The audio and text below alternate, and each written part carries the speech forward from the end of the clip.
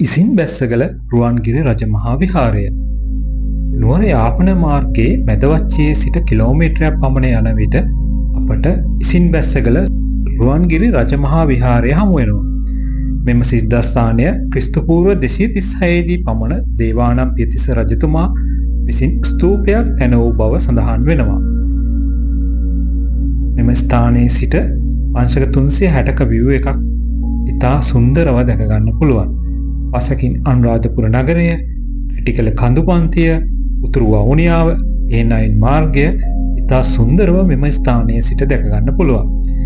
දර්ශනීය කෙත්යායන්, ජලය පිරිවැව්, වනලැහැබ් මෙම සිද්ධාස්ථානය වන්දනාමාන කරන සියලු දෙනාට මහත් වූ ආශ්වාදයක් ගෙන දෙනවා.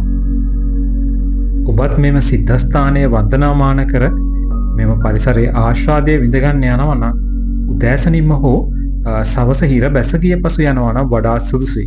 මොකද මෙම ස්ථානය පිහිටලා තියෙන්නේ කළුගල් තලාවක් මත.